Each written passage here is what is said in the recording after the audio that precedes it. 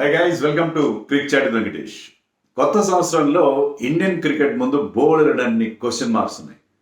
ఆ question marks ఏంటనేది వీడియోలో చూద్దాం. ఎస్, కొంతమంది క్యాప్టెన్ల భవిష్యత్తు, ఇద్దరు లెజెండరీ ప్లేయర్స్ భవిష్యత్తు, టీమ్ కోచ్ భవిష్యత్తు, and there are so many players వాళ్ళ భవిష్యత్తు అక్రాస్ ఫార్మాట్స్, ఇవన్నీ కూడా డిసైడ్ అవ్వాల్సి ఉంది. నిన్న ఆస్ట్రేలియా టీం అనౌన్స్ చేశారు for the T20 world cup. దాంట్లో ఏం సర్ప్రైజెస్ ఏం లేవు, ఎందుకంటే ఆ టీం ఎంత సెటిల్డ్గా అనిపించిందంటే, ఈవెన్ కోర్స్ నేను టీం కూడా అలానే ఉంది, కానీ ఓవరాల్గా మనకి కొన్ని క్వశ్చన్స్ ప్రతి ఫార్మాట్లో ఉన్నాయి. లాస్ట్ మినిట్లో కదా మనం శుభ్మన్ గిల్ని పక్కన పెట్టేసి మనం వేరే ప్లేయర్స్కి అవకాశం ఇవ్వడం లాంటివి చేసాం. అలాగే వేరే మిగతా ఫార్మాట్స్లో కూడా కొన్ని క్వశ్చన్స్ అంత సెటిల్డ్గా లేదు మన టీం బోల్డ్ అంత టాలెంట్ ఉంది ఇండియాలో, బోల్డ్ ఆప్షన్స్ ఉన్నాయి. బట్ ఆ టీమ్ సెలక్షన్, 15 సెలక్షన్లో కానీ 11 సెలక్షన్లో కానీ మనకి ఇంకా కొన్ని చిక్కు సమస్యలు ఉంటూనే ఉన్నాయి. సో ఇవన్నింటినీ మనం ఎలా అడ్రస్ చేయాలి కొత్త సంవత్సరంలో? సో ఆ క్వశ్చన్ మార్క్స్ చాలా చాలా ప్రశ్నలకి మనకి సమాధానం దొరకాల్సింది క్వశ్చన్ ఈ ఇయర్. సో ముందుగా ఈ ఇయర్లో ఏమన్నా ఈవెంట్స్, మేజర్ ఈవెంట్స్ ఏంటో చూద్దాం మన క్రికెట్ క్యాలెండర్లో. Course the biggest event and the only ICC tournament that we are going to play. Course even WTC final కూడా ఆ తర్వాత సంవత్సరం జరుగుతుంది. అదేంటంటే అది T20 వరల్డ్ కప్. అది ఫిబ్రవరిలోనే, చాలా ఎక్కువ దూరం ఏం లేదు, జస్ట్ ఎ మంత్ అవే, ఒక నెల రోజుల్లో T20 వరల్డ్ కప్. అది మన ముందున్న prime target, winning and retaining the world cup. మనం క్రితంసారి విజేతగా ఆ వరల్డ్ కప్ని మనం నిలబెట్టుకుంటాం లేదు, T20 వరల్డ్ కప్. అది మన ముందున్న ప్రధానమైన లక్ష్యం. ఈ సంవత్సరంలో మనకున్న మేజర్ టార్గెట్ అది. టెస్ట్ క్రికెట్లో ఏమున్నాయి? టెస్ట్ క్రికెట్లో surprisingly we are playing just 5 test matches. 5 test మ్యాచ్లు ఆడబోతున్నాం ఈ సంవత్సరం అంతా కలిపి. అది నాకు చాలా సర్ప్రైజింగ్ అనిపిస్తుంది. దాంట్లో ఒకటే home test against Afghanistan. Sri Lanka వెళ్ళి 2 టెస్టులు ఆడతాం. సో శ్రీలంక టెస్టులు కూడా మన హోమ్ టెస్టుల కింద లెక్క, ఎందుకంటే అక్కడ కూడా మనకి స్పిన్ ఛాలెంజ్ ఉంటుంది. తర్వాత ఇంకొక మేజర్ ఛాలెంజ్ న్యూజిలాండ్. మనకి ఎప్పుడు చాలా difficult place to tour, particularly test క్రికెట్లో. న్యూజిలాండ్లో వెళ్ళి 2 టెస్టులు ఆడతాం. సో ఫస్ట్ ఆడే ఒకే ఒక హోమ్ టెస్ట్ ఏంటంటే ఆఫ్ఘనిస్తాన్. దాంట్లో కూడా ఆఫ్ఘన్ స్పిన్నర్స్, వాళ్ళకున్న స్ట్రెంత్ స్పిన్ బౌలింగ్, వాళ్ళు మనకి బ్రహ్మాండమైన ఛాలెంజ్ విసరగలరు. సో స్పిన్ ఛాలెంజ్ కూడా ఉంది, but that comes after August తర్వాత వస్తుంది. ఓడిఎస్ బౌలర్లు ఉన్నాయి. ఓడిఎస్ కనుక చూస్తే 18 ODIs ఆడతారు ఇప్పుడు, అంటే యాజ్ పర్ షెడ్యూల్. కొంచెం మార్పులు జరుగుతాయి, ఇక్కడ బాంగ్లాదేశ్ వెళ్ళి కూడా మనం ఆడాల్సి ఉంది. కానీ బంగ్లాదేశ్ ఇప్పుడున్న పరిస్థితుల్లో బాంగ్లాదేశ్ వెళ్ళి మనం ఆడతాం, I'm very much doubtful. So anyway, మన క్యాలెండర్ ప్రకారం అయితే 18 ODIs ఉన్నాయి. అన్ని కూడా 3 మ్యాచ్ల సిరీస్, 3 కంటే ఎక్కువ పెట్టట్లేదు ఇప్పుడు, 5 అవి ఉన్నాయి. T20s బోల్డ్ అని ఉన్నాయి ఆఫ్టర్ T20 వరల్డ్ కప్. దాని గురించి నేను మాట్లాడదలుచుకోలేదు, ఎందుకంటే ఈ T20 వరల్డ్ కప్ అయిన తర్వాత whatever bilateral T20s that we play will be of not great significance. వాటి గురించి మనం పెద్దగా పట్టించుకోవాల్సిన అవసరం లేదు. సో ఇవి మన ముందున్న ఛాలెంజెస్ డ్యూరింగ్ ది ఇయర్. మనకు 2027లో వన్డే వరల్డ్ కప్ ఆడబోతున్నాం కాబట్టి ఈ ఏడాదిలో జరిగే 18 ఆర్ మేబీ 15-18 అవి కూడా చాలా ఇంపార్టెంట్ ODIs కాబోతున్నాయి. సో అది మన ముందున్న ఛాలెంజ్. ముందుగా ODIs గురించి మాట్లాడుకుందాం. ODIsలో రోహిత్ శర్మ, విరాట్ కోహ్లీ మంచి ఫామ్లో ఉన్నారు. వాళ్ళు ఈవెన్ డొమెస్టిక్లో కూడా తమ సత్తా చాటుకున్నారు. వాళ్ళు చాలా కీన్గా ఉన్నారు. దే ఆర్ వెరీ మచ్, మనకి ఇంకా ఓపెన్గా వాళ్ళ తరఫు నుంచి అయితే they are 100% ready and 100% keen. ఖచ్చితంగా మేము ఆడి తీరాలన్న పట్టుదలతో ఉన్నారు 2027 వరల్డ్ కప్. అది వాళ్ళ విషయం. అండ్ ఇప్పటి వరకు so far there attempt has been very very good. వాళ్ళు ఆడుతున్న తీరు, ఆస్ట్రేలియాలో ఆడిన తీరు, రీసెంట్గా సౌత్ ఆఫ్రికాతో ఆడిన తీరు, డొమెస్టిక్లో ఆడుతున్న తీరు, దాంట్లో ఏంటంటే వాళ్ళకి గ్యాప్స్ వస్తున్నా, ఒకే ఫార్మాట్ ఆడుతున్నా, still they are at their best. ఇప్పటికీ వాళ్ళు అదే, అంటే వాళ్ళని ప్రూవ్ చేసుకోవాల్సిన అవసరం లేదు, కానీ ఫిట్నెస్ పరంగా కానీ ఫామ్ పరంగా కానీ ఇప్పటికీ మాలో ఆ చేవ తగ్గలేదు. మేము ఇప్పటికీ సేమ్ విరాట్ కోహ్లీ, సేమ్ రోహిత్ శర్మ అని వాళ్ళు ప్రూవ్ చేస్తున్నారు. కానీ అదంతా సస్టైన్ చేసుకోవాలి year through and against team management which is not very much inclined. ఎందుకంటే ఆ మధ్య మనం అగార్కర్ ఇంటర్వ్యూ ఒకటి చూసాం. ఒక ఇంటర్వ్యూలో, టీవీ ఇంటర్వ్యూలో అగార్కర్ ఏమన్నాడు, చూద్దాం ఇంకా అప్పుడేమో జడ్జ్ చేస్తాం, ఇంకా చాలా టైం, 2 ఏళ్ళు ఉంది కదా, కొత్త వాళ్ళు కూడా చాలామంది వస్తున్నారు అన్నట్టుగా మాట్లాడాడు. So he has never said that వాళ్ళు ఉండాలి, వాళ్ళ ఎక్స్పీరియన్స్ బాగుంటుందని అన్నాడు. కానీ జనరల్గా హీఈస్ స్కెప్టికల్గా ఉన్నాడు, అంటే డౌట్ఫుల్గానే అతను మాట్లాడడం. అంటే జనరల్గా వాళ్ళకి తర్వాత ఇంకోటి ఏంటంటే ది డ్రెస్సింగ్ రూమ్ అట్మాస్ఫియర్. మనకు వస్తున్న వార్తల ప్రకారం వాళ్ళు ఆడుతున్నారు, ఇండియన్ టీంలో ఆడుతున్నారు కానీ వాళ్ళు కోచ్తో ఎడమొహం పెడమొహంగా ఉన్నారు. They are not in good terms at all. అది అందరు కన్ఫర్మ్ చేశారు. దానికి కొంతమంది అంటే ప్రో ఎస్టాబ్లిష్మెంట్గా మాట్లాడేవాళ్ళు, ఇండియన్ టీమ్ పవర్స్కి అనుకూలంగా మాట్లాడు బోరియా మజుందార్ లాంటి వాళ్ళు ఏమంటారంటే ఒకప్పుడు స్టీవ్ షేన్వాన్ అసలు దేవర్ ఆల్వేస్ అట్ లాగర్ హెడ్స్, ఎప్పుడు కూడా వాళ్ళ మధ్య సరైన సంబంధాలు లేవు.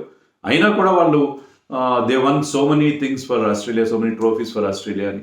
అలాగే ఎన్నో ఎగ్జాంపుల్, వకార్ యూనస్, వసీం అక్రమ్ కూడా టాకింగ్ టర్మ్స్ లేకపోయినా వాళ్ళిద్దరు కలిసి they use to share the new ball and produce lot of wickets. So ఇలాంటి ఎగ్జాంపుల్స్ ఉన్నాయి. కానీ ఇన్ జనరల్ అది కూడా మనం దృష్టిలో పెట్టుకోవాలి. సో వాళ్ళు బాగా ఆడుతున్నారు, వాళ్ళు క్లీన్గా ఉన్నారు, కానీ వాళ్ళకి ఏమైనా ప్రతికూల శక్తులు పనిచేస్తాయా ఈ 1 daysలో అనేది కూడా మనం చూడాలి. సో ఆ క్వశ్చన్ మార్క్ ఉంటుంది. ఈ ఇయర్లో తేలిపోతుంది. 2027 వరల్డ్ కప్ ఉన్న ఈ ఇయర్లో ఈ 18 1 daysలో వాళ్ళు ఆడే తీరు, వాళ్ళ ఫామ్ని కంటిన్యూ చేయడం, దాన్ని బట్టి మరి 27లో వాళ్ళు వరల్డ్ కప్ ఆడతారు లేదనేది ఆ క్వశ్చన్కి మనకు ఆన్సర్ దొరకాలి కూడా. అది మన సైడ్ నుంచి అయితే we are all, most of us are all for them to play. ఎందుకంటే ఆ ఫార్మాట్లో వాళ్ళు what they bring to the table is wonderful thing. Consistency, ఆ 50 ఓవర్స్లో ఆ ఇన్నింగ్స్ని పేస్ చేసే విధానం, ఒకరేమో ముందు నుంచి రెచ్చిపోయి ఆడతారు, ఇంకోరేమో మొత్తం middle of the innings control చేస్తూ ఆడతారు. So they complement each other so well. So మనకు ఉన్న సక్సెస్ అంతా కూడా వాళ్ళు గతంలో వీళ్ళు ఇచ్చిన సక్సెస్ అంతా కూడా ఎన్నో సంవత్సరాలుగా వాళ్ళు అదే రకంగా ఇస్తున్నారు. There is nothing wrong. ఎందుకంటే అక్కడ రిపేర్ చేయాల్సిన అవసరం లేనప్పుడు మనం రిపేర్ ఎందుకు టేకప్ చేయాలి అని నా అభిప్రాయం. సో అది ఆ క్వశ్చన్ మార్క్కి ఆ క్వశ్చన్. రెండోది ఏంటంటే the form of our T20 captain Suryakumar Yadav పెద్ద question mark, big question mark. సరే, అతను ఇప్పుడు న్యూజిలాండ్తో జరగబోయే T20స్లో ఫామ్లోకి వస్తే బ్రహ్మాండం, వరల్డ్ కప్లో కూడా ఫామ్లోకి వస్తే బ్రహ్మాండం. ఫామ్లోకి రాకపోయినా వరల్డ్ కప్ గెలిస్తే అతను కంటిన్యూ చేయాలా కెప్టెన్గా, టీంలో కూడా కంటిన్యూ చేయాలా? ఈ విషయంలో అంటే అతన్ని డిక్లైన్ అనేది క్లియర్గా మనకి 2025లో కనిపించింది. Decline in this form. చాలామంది ఏమంటారంటే ఈవెన్ 2024 వరల్డ్ కప్లో కూడా అతను చేసింది ఏంటి, ఆ క్యాచ్ పట్టుకున్నాడు అంతే కదా, అది తప్పిస్తే మిల్లర్ క్యాచ్ తప్పిస్తే అతను చేసింది ఏం లేదు అన్నట్టు. There he played some important innings, అది నేను చెప్తాను. కానీ అతని ఫామ్ అయితే డిక్లైన్ చాలా క్లియర్గా మనకి త్రూ అవుట్ ద ఇయర్ 2025 కనిపించింది. మరి కొత్త సంవత్సరంలో అయినా అతను ఫామ్లోకి వస్తాడా? వచ్చిన తర్వాత సరే ఫామ్లోకి వస్తాడు, ఫామ్లోకి వచ్చే రావాలని మనం అందరూ కోరుకుంది. ఎందుకంటే మన కెప్టెన్ ఫామ్లో ఉండడం చాలా ఇంపార్టెంట్. మనకి ఫామ్లోకి వస్తాడు, తర్వాత అతను వరల్డ్ కప్ గెలుస్తాడు. గెలిచిన తర్వాత అతను కంటిన్యూ చేయాలి. ఆల్రెడీ సెలెక్టర్స్ ఏం ప్లాన్ చేశారంటే శుభ్మన్ గిల్ని పిక్చర్లోకి తీసుకొచ్చినప్పుడు T20 వరల్డ్ కప్ తర్వాత కెప్టెన్సీ చేంజ్ చేద్దామని అనుకున్నాం. ఎందుకంటే he's not very young, I think is 34-35. So అలాంటప్పుడు అతను ఎందుకు ఎన్ని రోజులు అతను కొత్త కెప్టెన్ కోసం వెతకాలి నెక్స్ట్ వరల్డ్ కప్కి? అంటే ఇమీడియట్గా అక్కర్లేదు, next world cup is 2 years away. అయినా సరే అతన్ని తప్పించేద్దాం, ఆల్ 3 ఫార్మాట్స్కి శుభ్మన్ గిల్ని క్యాప్టెన్ చేద్దామని ఒక ఫార్ములాతో వాళ్ళు వెళ్ళారు. మరి ఆ ఫార్ములా బెట్స్ కొట్టింది. Shubman Gill is now out of the T20 scheme of things. But Suryakumar భవిష్యత్ ఏంటి, గెలిస్తే ఏంటి, వరల్డ్ కప్ గెలిస్తే ఏంటి, గెలవకపోతే ఏంటి, అది కూడా తేలాల్సి ఉంది. అసలు ఒకవేళ వరల్డ్ కప్ గెలిచినా అతను ఫామ్లో లేకుండా, ఎందుకంటే మన టీం మిగతా అందరూ బాగున్నారు, అతని ల్యాక్ ఆఫ్ రన్స్ని కవర్ చేస్తున్నారు కాబట్టి వరల్డ్ కప్ గెలిచినా కూడా అతను ఫామ్లో లేకపోతే అతని టీంలో కంటిన్యూ చేయాలి అవుతుంది. బోల్డ్ టాలెంట్ ఉంది, మనం అతన్ని పట్టుకుని వెళ్ళాలి. I like him a lot. అతని ఆట తీరు కానీ అతను ది వే హీ బిహేవ్స్ అన్నీ నాకు నచ్చుతాయి. కొన్ని చేసిన కామెంట్లు అంటే అవన్నీ అతను చేయాల్సి వచ్చింది. పొలిటికల్ కామెంట్స్ ప్రెస్ మీట్స్లో అవి వదిలేస్తే అవసరం లేదు అతను. But generally is a very decent క్రికెటర్గా కానీ, లేకపోతే అతని చాలా లేట్గా వచ్చిన is somewhat like Mike Hussey లాగా లేట్గా అవకాశం వచ్చింది, దాన్ని చక్కగా ఉపయోగించుకుని టీంలో ఎస్టాబ్లిష్ అయ్యాడు. So I admire him. I wish that he comes back to form and keeps his place in the team అని నేను అనుకుంటున్నాను. బట్ క్వశ్చన్ మార్క్ కూడా మనకు ఆన్సర్ దొరకాల్సిన అవసరం ఖచ్చితంగా ఉంది. ఇంకా టెస్ట్ క్రికెట్కి వచ్చేసరికి టెస్ట్ క్రికెట్లో నేను చెప్పినట్టుగా 5 టెస్ట్ మ్యాచ్లు ఆడుతున్నాం. మరి ఎవరిని తీసుకురావాలి టెస్ట్ మ్యాచ్లో? వీళ్ళతోనే వెళ్ళాలా మనం, ఇప్పుడున్న వాళ్ళతోనే, లేకపోతే test specialist like Abhimanyu Easwaran, Sarfaraz Khan, అలాగే స్పిన్ బాగా ఆడే శ్రేయస్ అయ్యర్, రుతురాజ్ గైక్వాడ్, వీళ్ళని తీసుకురావాలి. టెస్ట్ ఫార్మాట్లో మనం ఫెయిల్యూర్స్ని కవర్ చేయాలంటే మొత్తంగా మార్పులు చేసుకోవాలా, మనం మార్పులు చేయాలా, చాలా మార్పులు తీసుకురావాలి. ఆ టీంలో అనేది కూడా మనం ఆలోచించాలి. Of course Rahul, Jaiswal and Gill they have been doing extremely well. So అది కూడా ఉంది. ఆ క్వశ్చన్ మార్క్ కూడా మనకు ఆన్సర్ చేయాల్సి ఉంది. అలాగే ఇది రిటర్న్ ఆఫ్ మహమ్మద్ షమి. మీకు బుమ్రా అన్నిసార్లు ఆడు, అవైలబుల్గా ఉన్నాడు, అన్ని మ్యాచ్లు ఆడు. మరి షమీ మంచి ఫామ్లో ఉన్నాడు. షమీని కూడా టెస్ట్ మ్యాచ్లో వీలైతే వన్డేలో కూడా వస్తాడని ప్రతి వార్తలు వస్తున్నాయి.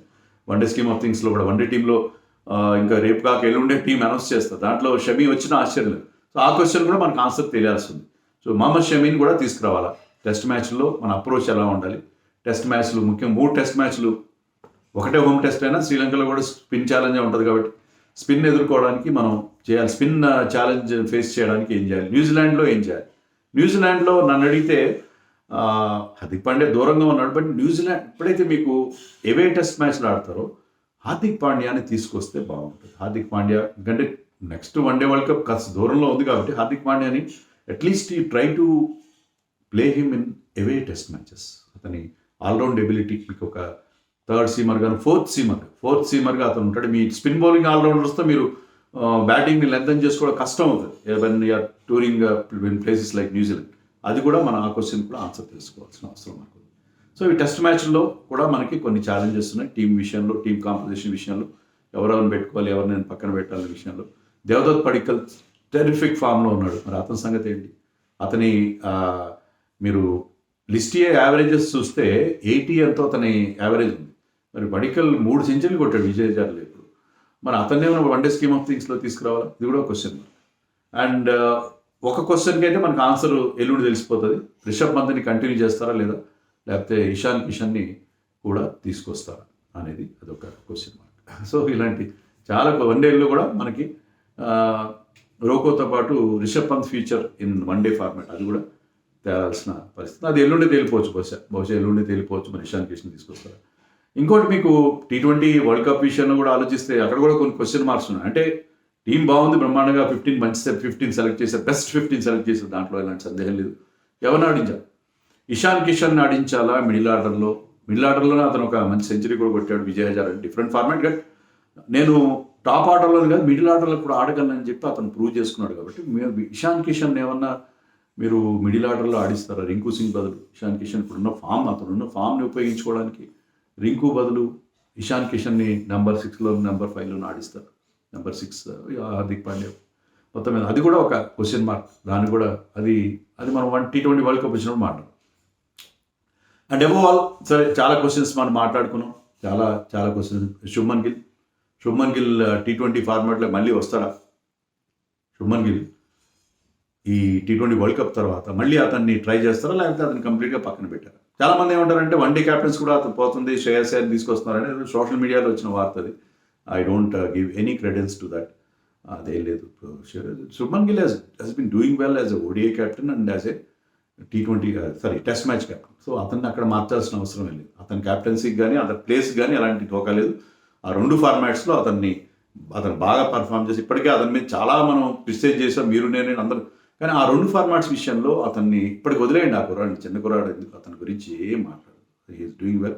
ఇప్పటికే అతన్ని ఏదో ప్రొజెక్ట్ చేసే ప్రయత్నంలో, అతన్ని ఏదో పోస్టర్ బాయ్ చేసే ప్రయత్నంలో, ఇండియన్ క్రికెట్కి ఫేస్ ఆఫ్ ఇండియన్ క్రికెట్ చేసే ప్రయత్నంలో అతన్ని చాలా డ్యామేజ్ చేశారు మన ఇండియన్ పవర్స్. ఎవరైతే ఉన్న పవర్స్ దట్ బి అంటే ఎవరైతే who are running the show, అది గంభీర్ని అన్నాను నేను, అగార్ ఖాన్ అన్నాను, ఇంకా జైషా లాంటి వాళ్ళు చాలామంది ఉన్నారు కదా. ఈ పెద్దలందరూ అతని విషయంలో చాలా డ్యామేజ్ చేశారు. అతనికి మెంటల్గా కూడా అతనికి మన టీంలో తీసేసిన విషయం కూడా అతనికి చాలా ఆలస్యంగా చెప్పారు, లాస్ట్ మినిట్లో చెప్పారని కూడా అన్నారు. సో అతన్ని అనవసరంగా ఒక ఇబ్బందికరమైన పరిస్థితి కల్పించారు. అవసరం లేదు. వెరీ గుడ్ క్రికెటర్, ఇండియన్ టీంకి చాలా పెద్ద ఎస్సెట్ అతను, అట్లీస్ట్ ఇన్ 2 ఫార్మాట్స్. అతన్ని కంప్లీట్గా వదిలేయడం మంచిది. ఆ 2 ఫార్మాట్స్లో అది కంటిన్యూ అవుతుంది. మరి ఈ ఫార్మాట్లోకి వస్తాడా రాదని కూడా మనకు తెలుస్తుంది. అంటే మనందరం అయితే కోరుకోవట్లేదు, ఎందుకంటే మనకు ఆల్టర్నేటివ్స్ ఉన్నాయి. అతను రావడం వల్ల మన టీం కాంపోజిషన్ దెబ్బతింటుంది. సో అతనికి ఫార్మాట్లో రావాల్సిన అవసరం లేదు. బట్ సెలెక్టర్స్ ఏం చేస్తారు, వాళ్ళ థింకింగ్ వేరే ఉంటారు కదా. వరల్డ్ కప్ అయిపోయింది, మళ్ళీ అతను ట్రై చేద్దాం, మళ్ళీ పుష్ చేద్దాం అని ఏమైనా ప్రయత్నం చేస్తారా? దానికి కూడా మనకు ఆన్సర్ తెలియాల్సింది. అండ్ ఫైనలీ మీరందరూ ఎదురు చూస్తున్నది ఏంటంటే గౌతమ్ గంభీర్ భవిష్యత్. గౌతమ్ గంభీర్ని నన్ను అడిగితే అతను 2027 వన్డే వరల్డ్ కప్ దాకా వైట్ బాల్ కోచ్గా ఉండాలి. అతను కొన్ని ఇబ్బందికరమైన నిర్ణయాలు తీసుకుంటున్నాడు. అంటే చాలామంది సంజు శాంసన్కి అన్యాయం చేశాడు, వన్డేలో పెట్టట్లేదు, ఋతురాజ్ని పెట్టట్లేదు, లేకపోతే పలానా ప్లేయర్ శ్రేయస్ అయ్యర్ని పెట్టట్లేదు, అతని లైక్స్ అండ్ డిస్లైక్స్ ఉన్నాయని అంటారు. కానీ వైట్ బాల్లో he's been doing very well. అతను తీసుకొచ్చిన ప్లేయర్స్ అందరూ క్లిక్ అవుతున్నారు వైట్ బాల్ విషయంలో.